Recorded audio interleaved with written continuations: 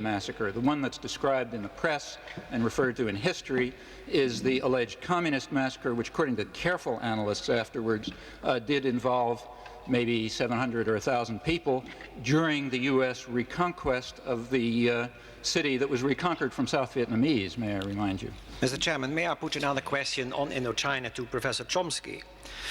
Chairman, the first serious book that came out on the Cambodian genocide was a book written by a Frenchman, François Ponchot. It is called Cambodge Année Zéro. Professor Chomsky leaves no opportunity unused in order to cast doubts on the veracity of that book. My question to him is, why does he do that? Let me explain. You can find this, it's all in print. You can also find Mr. Ponchot, Reverend Ponchot's priest, response to what we wrote. For example, if you look at the introduction to this is a French book. I wrote the first review of it in the United States when it was still unavailable. We couldn't even find it in the country. Edward Herman and I, we praised the book as serious and worth reading, with its description of the brutal practices of the Khmer Rouge and their grisly atrocities as recounted by refugees. In the American edition, not the English edition, notice, in the American, I'll explain the difference. The difference is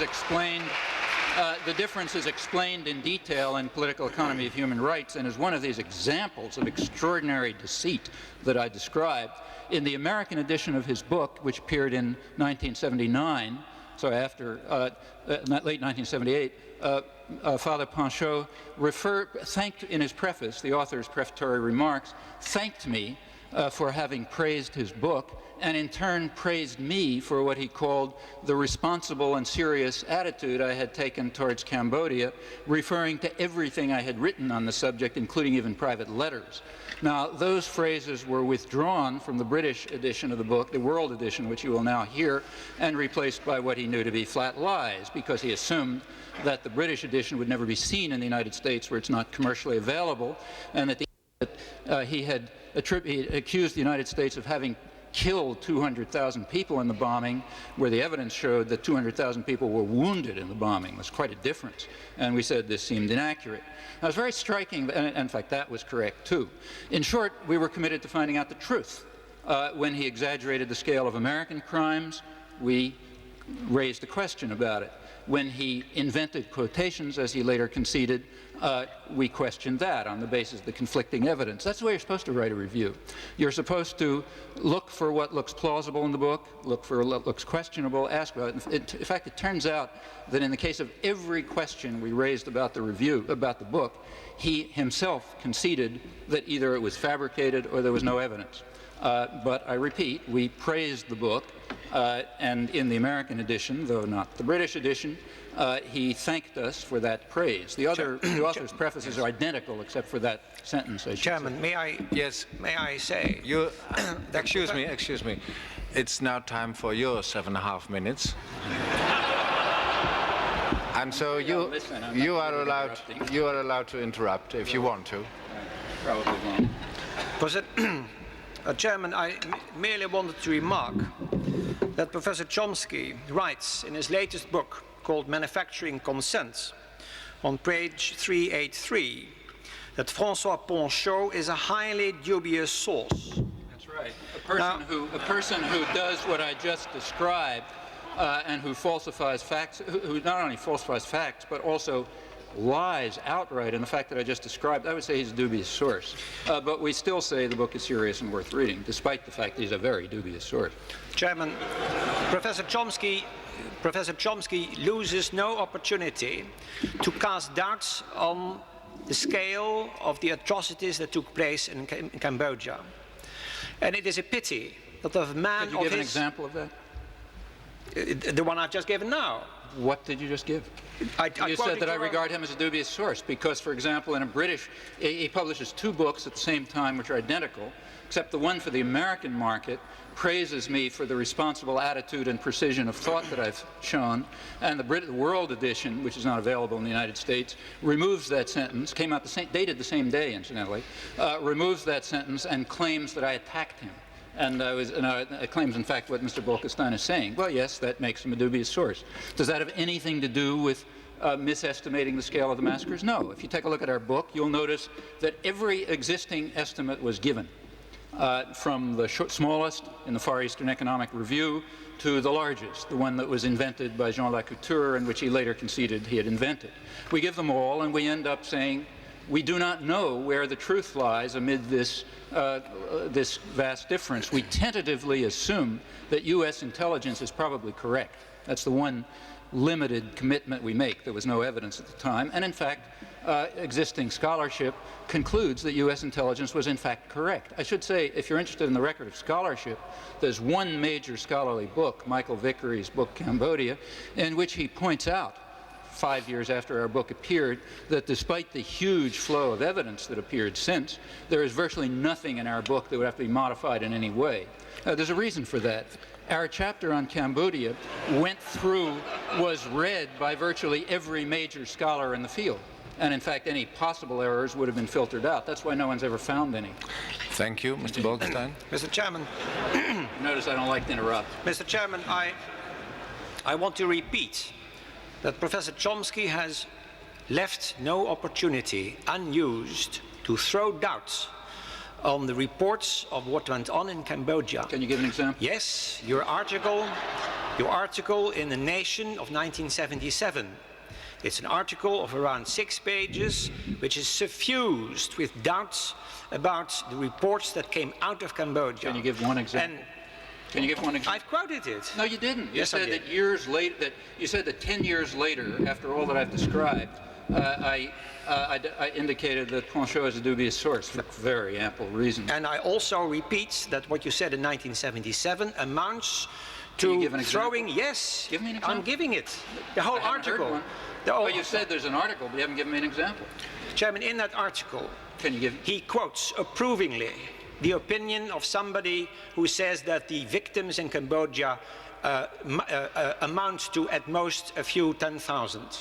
That was American intelligence. Yes, and you quote it approvingly. Yes, I approvingly report.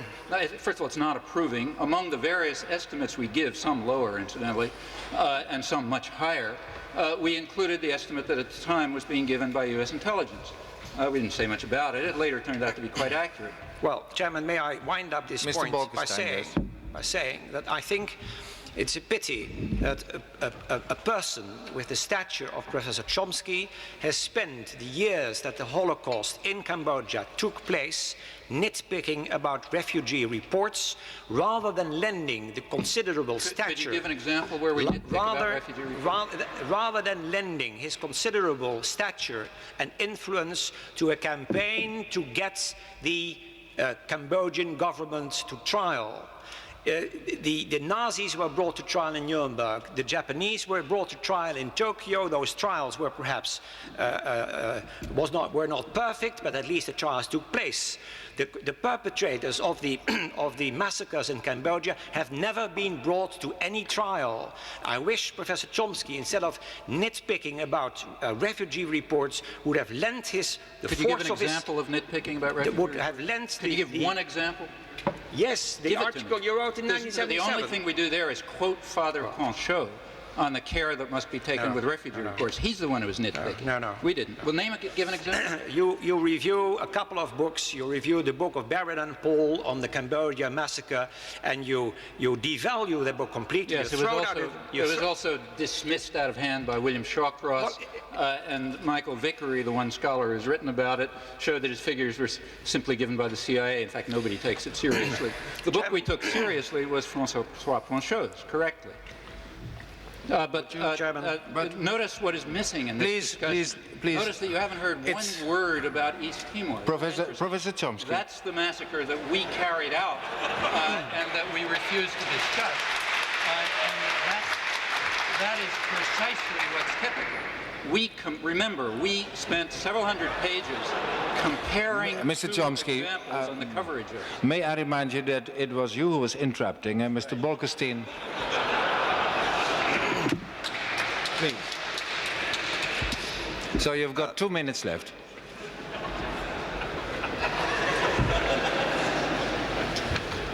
You wanted 2 minutes? Yeah. Mr. Chairman, I should like to use those few minutes in order to say something about the sources that Professor Chomsky uses. Professor Chomsky excoriates the free press, but where it suits his arguments, he quotes it extensively. Where did he learn about the atrocities in East Timor or in Central America, if not in the same free press which he so derides? Similarly with the American government. In his view, it is but a tool of the American elite, but of the State Department's Cambodia specialists. He writes, and he is repeated today, that their testimony proves accurate in retrospect. Professor Chomsky praises Rod Nordland as a respected Newsweek journalist. He quotes Nordland approvingly when this journalist describes the behavior of Sandinista troops. But Professor Chomsky changes his tune when Nordland writes, quote, "Critics like Noam Chomsky have sought, with rhetorical gymnastics, but little or no first-hand experience, to downplay the Cambodian horror as nothing but a war-induced famine exaggerated by a biased Western press and wild-eyed refugees." Then Professor Chomsky accuses Nordland of repeating gossip. The French journalist Jean Lacouture, also mentioned tonight by Professor Chomsky, was for 20 years a supporter of the Vietnamese communists. He wrote a biography of Ho Chi Minh. He was then a great pal of Professor Chomsky. Around 1977, Lacouture changed his mind about what went on in Indochina. Now Professor Chomsky engages in bitter polemics with him. And so it is with the Australian scholar Ben Kiernan, who has admitted to being wrong on Pol Pot. Professor Chomsky only quotes where it suits him. Now, the New York Times wrote recently that since 1950, China has shown Tibet the rawest face of imperialism. And this has resulted in the death of perhaps 1 million Tibetans. It's an item in the New York Times. What are we to do with that item? Can Professor Chomsky tell us what we are to make of it? Is the New York Times again pulling the wool over our eyes? Or if not, is Washington still the murder and torture capital of the world? Professor Chomsky, your final remarks, please. I actually intended to talk about the topic, but I see with Mr. Bolkestein talking about the topic's impossible. You'll notice he's doing everything possible to avoid the topic and talking about my alleged sins, which are irrelevant. He asked where I learned, he claims that I quoted selectively and asked where I learned about the atrocities in East Timor and Central America, namely from the American press. Well, certainly it wasn't from the American press for the simple reason that in the case of East Timor there were no articles except for a few apologetic comments saying that nothing has happened. I learned about them, you can find out where I learned about them by looking at my footnotes. I learned about them from human rights reports, from church reports, from refugee studies, and extensively from the Australian press. There was nothing from the American press because it was silenced. He asked where I learned about the atrocities in Central America. Take a look at the footnotes. It was from human rights reports, from independent investigators, from the British Parliamentary Human Rights Commission, from a massive documentation, most of which was suppressed because the United States the press was repressing it. He claims that I quote selectively from Mr. Nordland, but without giving you the background. Why did Nordland come up? Well, the reason is in one of his innumerable falsifications, which I documented in NRC Handelsblatt, Mr. Bolkestein claimed that I had said that I had praised Sandinista troops and quoted a few remarks. As I pointed out in response, I hadn't praised Sandinista troops at all. I had quoted Rod Nordland, who did a Newsweek reporter, did a cover story for Newsweek, in which he went through Central America, he went through Nicaragua first with Contras, then with Sandinista troops, and gave his reaction. I quoted it. He's a perfectly good reporter. I'll quote any good reporter on anything. Why do I treat it differently when he accuses me of falsifying things about the Khmer Rouge? Because he has no idea what I wrote about the Khmer Rouge. That is gossip. The first was his direct reporting. The second was the gossip. There has, of course, been a major slander campaign. Many people are very irritated by the fact that we exposed the extraordinary deceit over Cambodia and paired it with the simultaneous suppression of the US-supported ongoing atrocities in Timor. People don't like that. For one thing, we were challenging the right to lie in defense of the state. For another thing, we were exposing the apologetics and support for actual ongoing atrocities. That doesn't make you popular. You do that kind of thing, you'll be subjected to the sort of business you've heard here. And Rod Nordland was quoting it. Now, there's a big difference between his investigative reporting and his picking up gossip on the grapevine. There was which Mr. Bolkestein did not describe. There happened to be a letter by Edward Herman responding to Nordland and showing why what he wrote was false, to which there was no response. Now, I won't go on about this. I haven't had time. It takes a half a minute to produce a falsehood. It takes a long discussion to show why it's false. As a result, I've only sampled the cases. Let me remind you, for example, just to take one again of the Tet Offensive, recall that it was the CIA and US military intelligence and the president's political advisors who gave an appraisal far more grim than that of the media, which was relatively upbeat. To believe that President Johnson resigned because of what he read in the New York Times when he was reading harsher criticisms from intelligence reports, that takes a curious view of the world. Let me finally say one word about the actual topic, which I'm sorry we have not been able to discuss because of these efforts to evade it. Those who believe there has been a major commitment to manipulation, deceit, and manufacture of consent. I gave you a few examples. There are many more in print. It's a standard theme. There has been extensive and detailed documented study of the media, which documents these facts. You can look it up. Those who believe in democracy and freedom have a serious task ahead of them. What they should be doing, in my view, is dedicating their efforts to helping the despised common people to struggle for their rights and to realize the democratic goals that constantly surface throughout history. They should be serving not power and privilege, but rather their victims. And for reasons that I had mentioned and had wished that there had been time to describe, freedom and democracy are by now not merely values to be treasured, they are quite possibly the prerequisite to survival.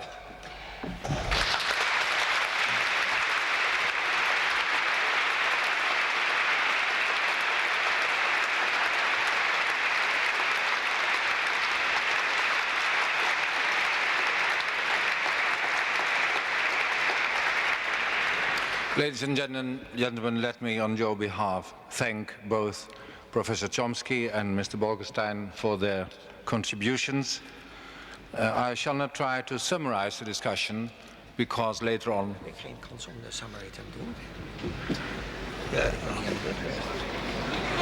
I'm sorry that it was, the last one was Professor Chomsky. You agreed to that? Yes, it was. BC, dat is overgelopen. No, I'm sorry, it was, I've timed it on my chess clock and Professor Chomsky had about 2 minutes more, which I think is for someone who comes from the United States quite reasonable.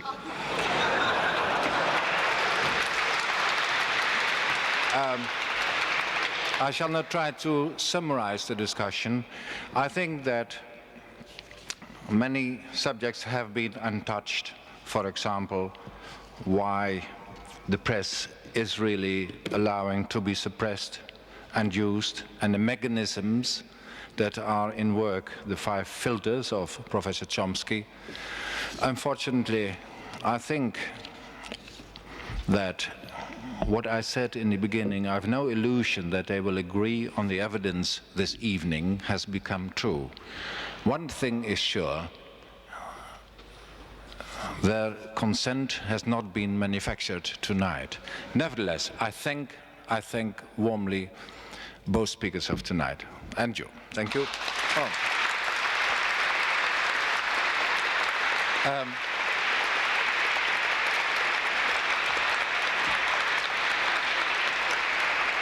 There will, ladies and gentlemen, there will be a tea break of 15 minutes.